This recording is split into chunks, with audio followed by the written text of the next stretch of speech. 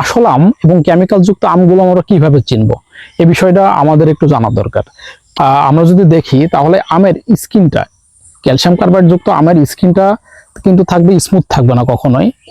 আমগুলো একটু কুচকানো টাইপের কিন্তু এই স্কিনটা থাকবে। আর যদি পাকা আম, আসল পাকা আমের স্কিনটা কিন্তু। আসসালামু আলাইকুম প্রিয় সুধী, একটা বিষয় চিন্তা করে দেখুন তো, তারপরও এত পাকা আম বাজারে কিভাবে এলো? বাজারে যে আমগুলো আসছে ম্যাক্সিমামই বিভিন্ন অসাধু ব্যবসায়ীরা বেশি লাভের আশায় সিজনের প্রথমেই ভালো দাম পাওয়ার জন্য তারা এই আমগুলো বাজারজাত করছে।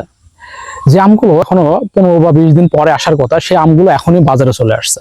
এর কারণটা হলো বেশি লাভের আশায় এই আমগুলো পাকানোর জন্য ক্যালসিয়াম কার্বাইড নামক কেমিক্যালগুলো আমে ব্যবহার করছে।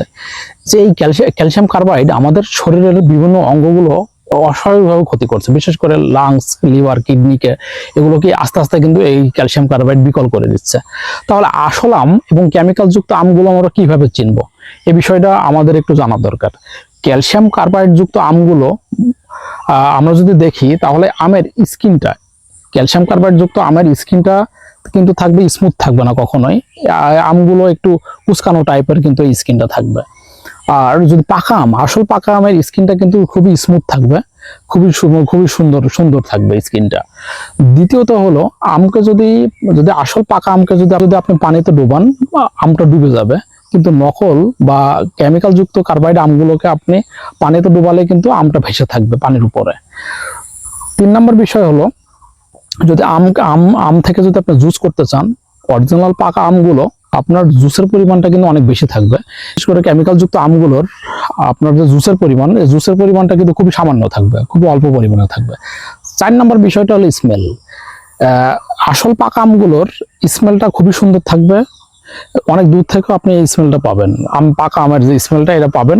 কিন্তু যে ক্যালসিয়াম কার্বাইড যুক্ত আমের স্মেলটা কিন্তু কাছ থেকেও আপনি পাবেন না। যে বিষয়টা আমার খুব বলা প্রয়োজন সেটা হলো, কেমিক্যাল যুক্ত আমগুলো বিশেষ করে আমাদের বাচ্চা বা বৃদ্ধদের কিন্তু কোনোটাই খাওয়ানো যাবে না, তাদের ইমিউনিটি এমনিতেই কম থাকে। এবং এই কেমিক্যাল যুক্ত আমগুলো তাদের ইমিউনিটিকে যেহেতু কম থাকে, তাদের কিন্তু অঙ্গগুলোর বেশি ক্ষতি করার সম্ভাবনা কিন্তু অনেক বেশি থাকে। সেই হিসাবে আমাদের একটু সচেতন হওয়া দরকার এই কেমিক্যাল যুক্ত আমগুলো খাওয়ানোর আগে। বিশেষ করে বাজারের সিজনের আগে যেসব আমগুলো বাজারে উঠছে, এই আমগুলো কেনার ক্ষেত্রে আপনাকে খুব সচেতন হতে হবে। যদি সচেতন না হয় তাহলে নিজের অজান্তেই আমরা টাকা দিয়ে আমাদের পরিবারের মানুষদেরকে আমরা ক্ষতির দিকে ঠেলে দিচ্ছি। এই ভিডিওটা ছিল শুধুমাত্র আপনাদের সচেতন করার জন্য। ধন্যবাদ সবাইকে।